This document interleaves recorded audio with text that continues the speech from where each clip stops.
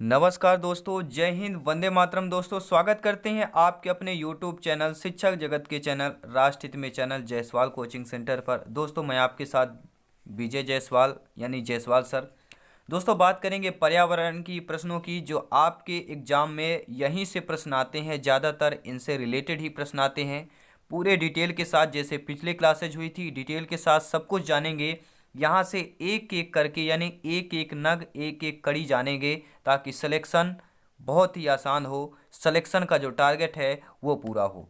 तो चलिए शुरू करते हैं दोस्तों इसकी पिछली क्लासेस देखना चाहते हैं, आई बटन पे लिंक है, आप लोग देख सकते हैं। 20 महत्वपूर्ण प्रश्न रहेंगे।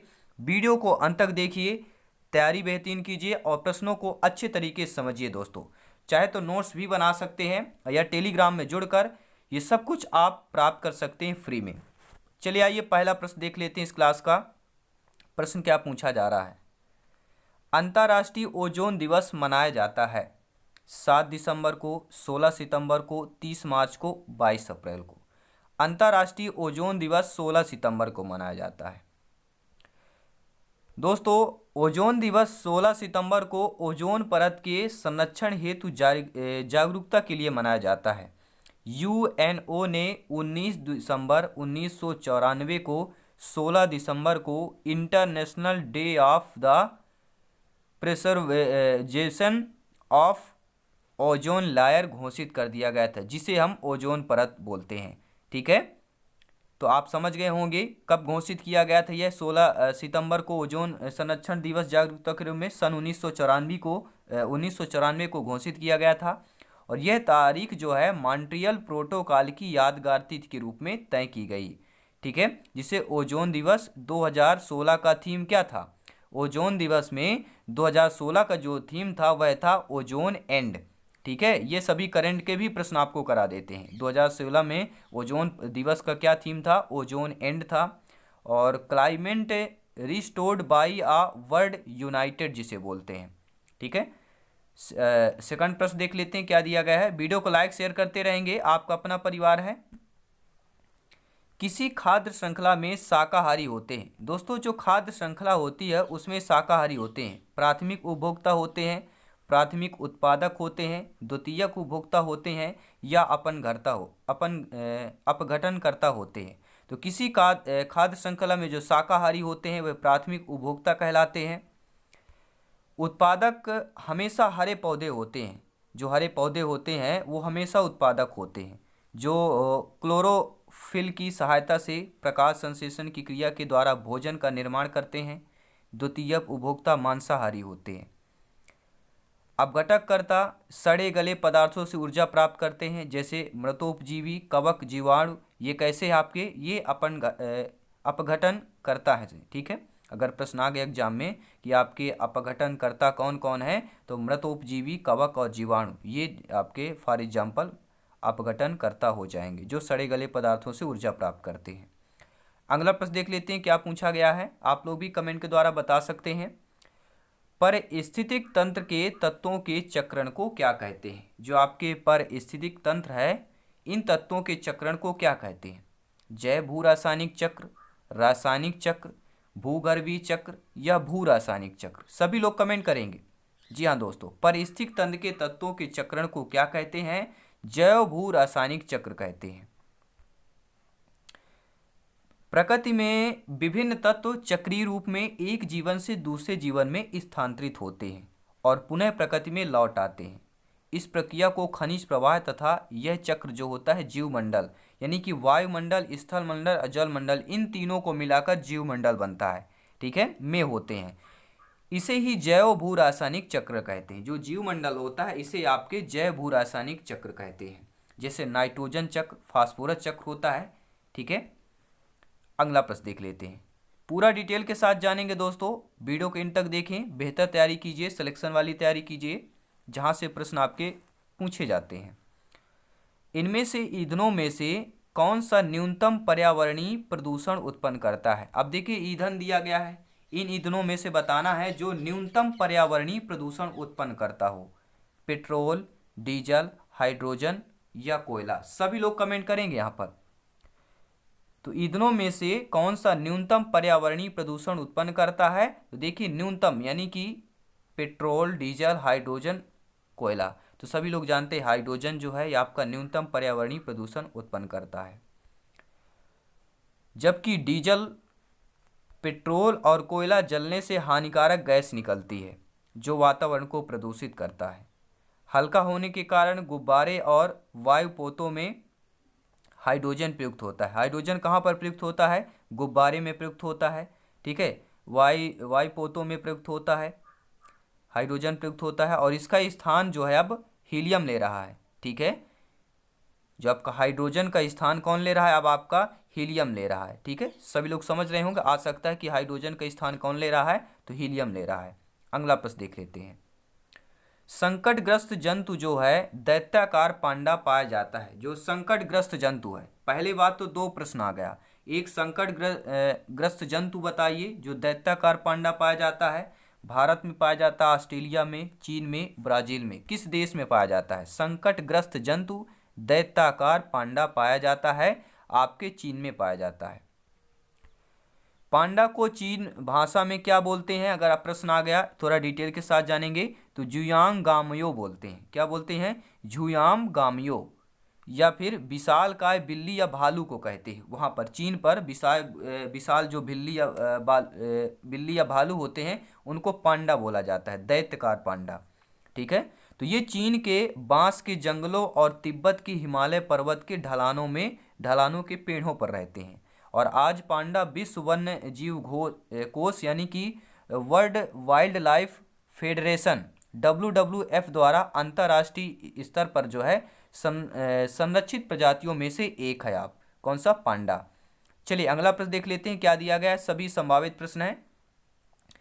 निम्नलिखित में से किस गैस के कारण भोपाल गैस त्रासदी हुई थी? दोस्तों जो भोपाल गैस त्रासदी हुई थी किस गैस के कारण हुई थी, ये बहुत बार आपके सभी ज़्यादातर कॉम्पिटिटिव एग्जाम में पूछा जाता है, ठीक है। कार्बन डाइऑक्साइड के कारण, क्लोरोफ्लोरोकार्बन के कारण, नाइट्रस ऑक्साइड के कारण, या मिथाइल आइसोसाइनेट के द्वारा। तो जो भोपाल में गैस त्रासदी हुई थी दोस्तों वह मिथाइल आइसोसाइनेट गैस के कारण हुई थी, मिथाइल आइसोसाइनेट के कारण।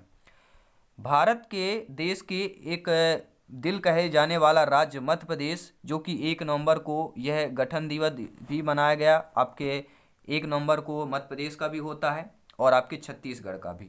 तो मध्य प्रदेश राज्य के भोपाल शहर में, भोपाल मध्य प्रदेश की राजधानी है, 3 दिसंबर 1984 को एक भयानक औद्योगिक दुर्घटना हुई। इसे भोपाल कांड या भोपाल गैस त्रासदी के नाम से जाना जाता है।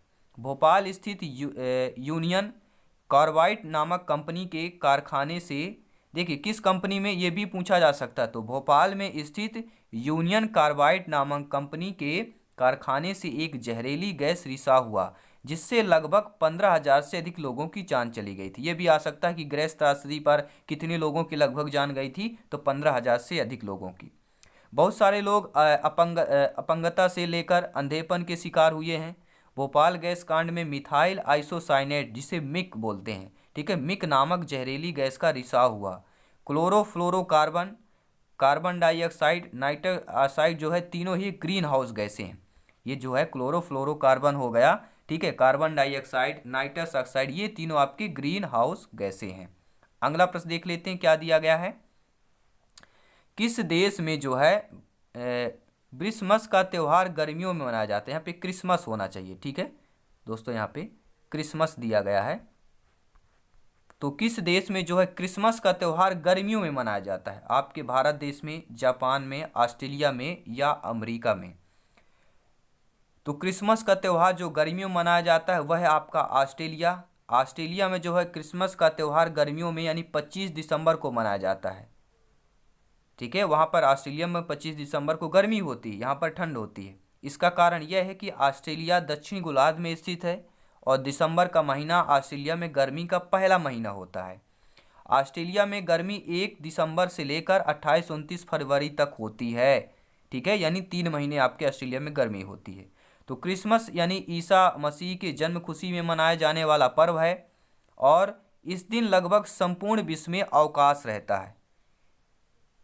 और यह 25 दिसंबर को पड़ता है। ठीक है, 25 दिसंबर को अवकाश रहता है, पूरे विश्व की बात कर रहे हैं।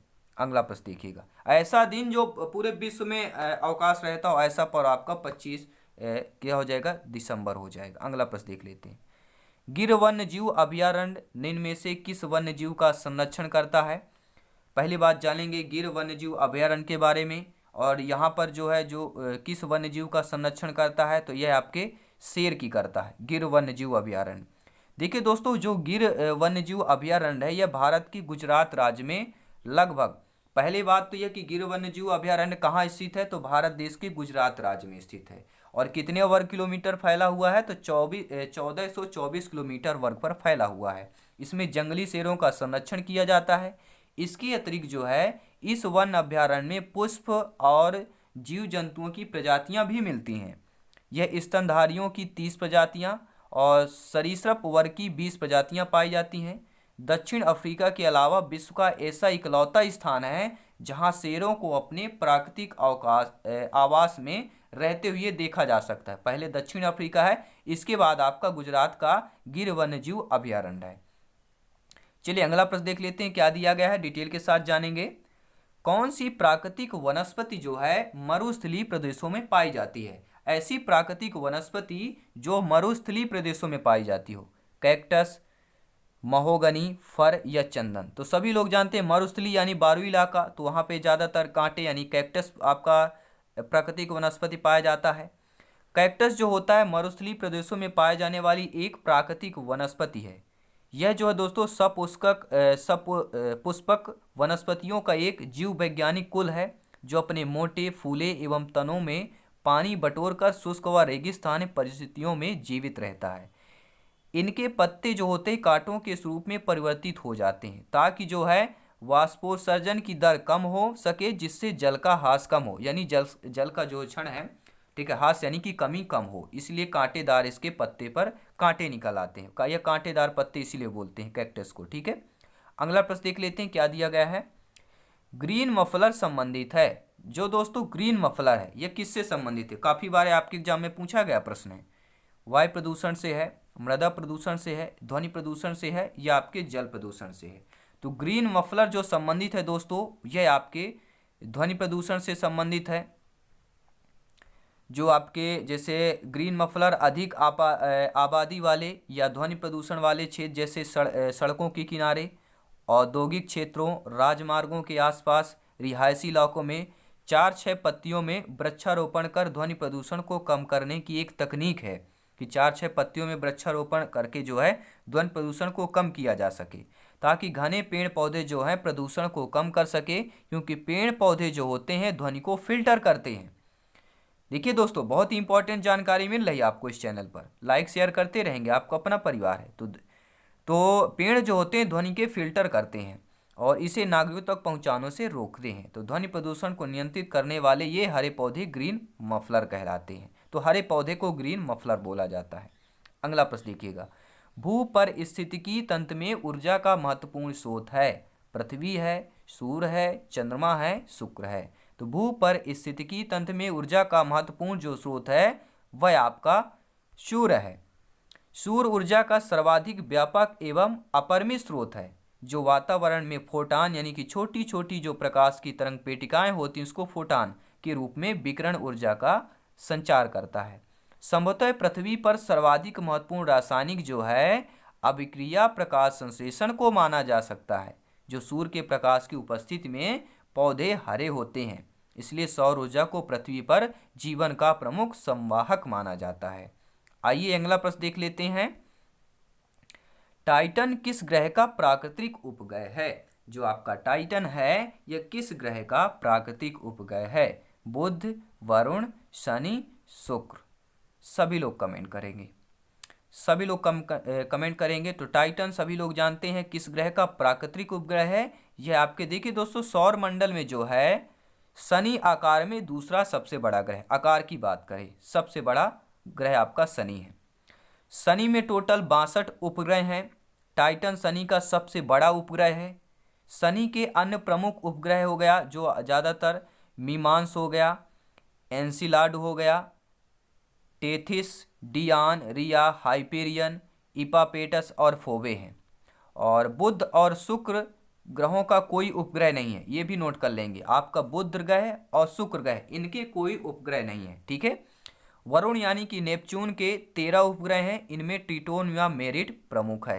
ये सब डिटेल के साथ बताते हैं, एक ही प्रश्न में पूरा डिटेल रख देते हैं, यानी 8-10 प्रश्नों का आपका कॉम्बिनेशन होता है, एक ही प्रश्न आपका। निम्नलिखित में से कौन सी बायोडीजल की फसल है? तो बायोडीजल की फसल क्या आपकी जेट्रोफा है, कपास है, गन्ना है, आलू है। बायोडीजल की फसल तो जेट्रोफा जो होती है बायोडीजल की फसल है, और ये आपके भारत, अफ्रीका, उत्तरी अमेरिका, कैरिबियन जैसे ट्रॉपिकल क्षेत्रों में उत्पन्न होती है। ट्रॉपिकल क्षेत्र यह एक बड़ा पादप है जो झाड़ियों के रूप में अर्धशुष्क क्षेत्रों में उगता है। इस पादप से प्राप्त होने वाले बीजों से 25 से 30% तक जो है तेल निकाला जाता है। तो जो ट्रोफा का क्या होता है, इससे तेल निकाला जाता है, ठीक है। और इस तेल से जो है कार आदि चलाए जा सकते हैं। बहुत इंपॉर्टेंट, जो ट्रोफा एक ऐसा आपका, ठीक है, पादप है, बड़ा पादप है जो झाड़ियों के रूप में अर्धशुष्क क्षेत्रों में उगता है, और इससे तेल निकालकर कार को चलाया जा सकता है। इसलिए इसे बायोडीजल पौधा भी कहा जाता है। तो बायोडीजल पौधा जेट्रोफा को बोला जाता है, ठीक है, जो एक पादप है। तथा अवशेष बचता जो है तो उससे बिजली भी पैदा की जाती है। यानी बायोडीजल पौधा से जो हम तेल निकालते हैं 25 से 30% तक, इसके बाद जो अवशेष उसका बचता है उससे बिजली भी पैदा की जा सकती थी। जेट्रोफा बहुत ही यूजफुल है दोस्तों, ठीक है। जेट्रोफा जो है अनावृष्टि रोधी सदाबहार झाड़ी है आपका। कैसा झाड़ी है? अनावृष्टि रोधी सदाबहार, और यह कठिन परिस्थितियों में भी झेलने में सक्षम है आपका। चलिए अगला प्रश्न देख लेते हैं। पर्यावरण संरक्षण अधिनियम किस वर्ष पारित हुआ था? पर्यावरण संरक्षण अधिनियम जो है किस वर्ष पारित हुआ था? 1986, 1982, 1992, 1996।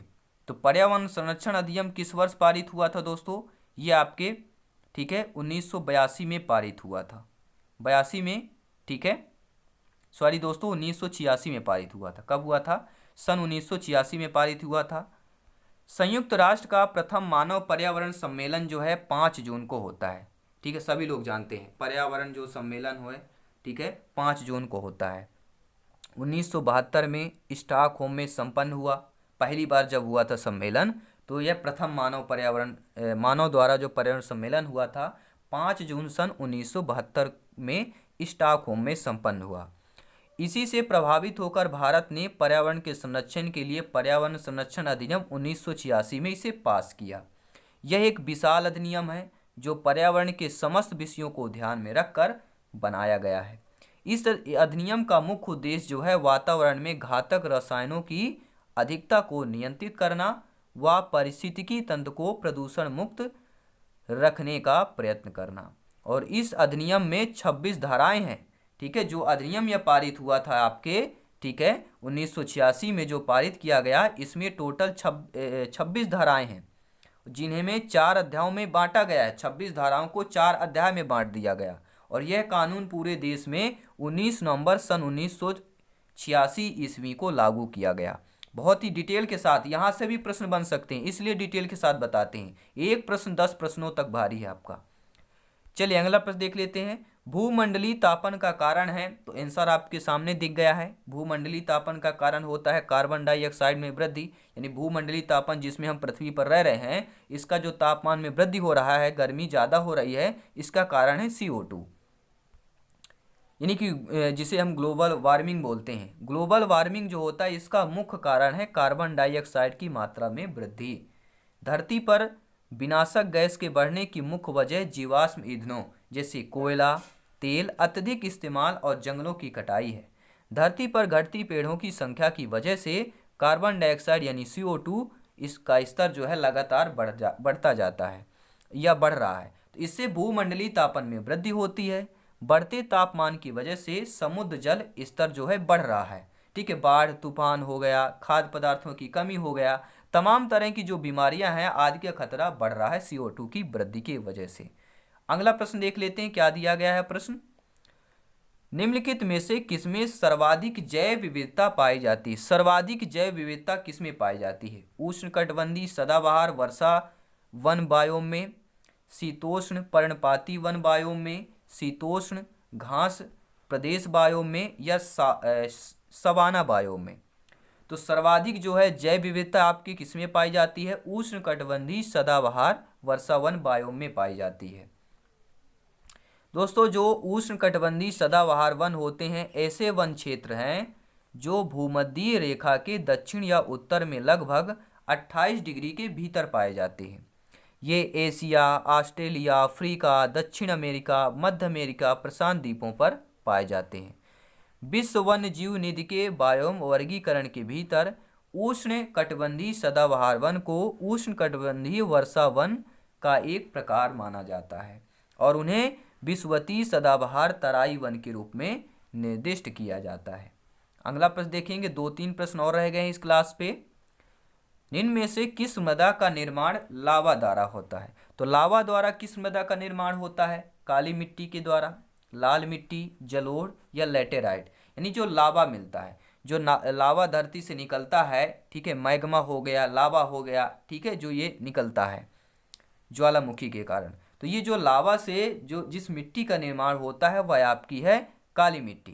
काली मिट्टी का निर्माण ज्वालामुखी से निकलने वाले लावा से होता है। जैसे ज्वालामुखी जब ये धरती से विस्फोट होता है तो ये लावा होता है, जो ये नीचे यहाँ पर होता है ये मैग्मा कहलाता है, ठीक है।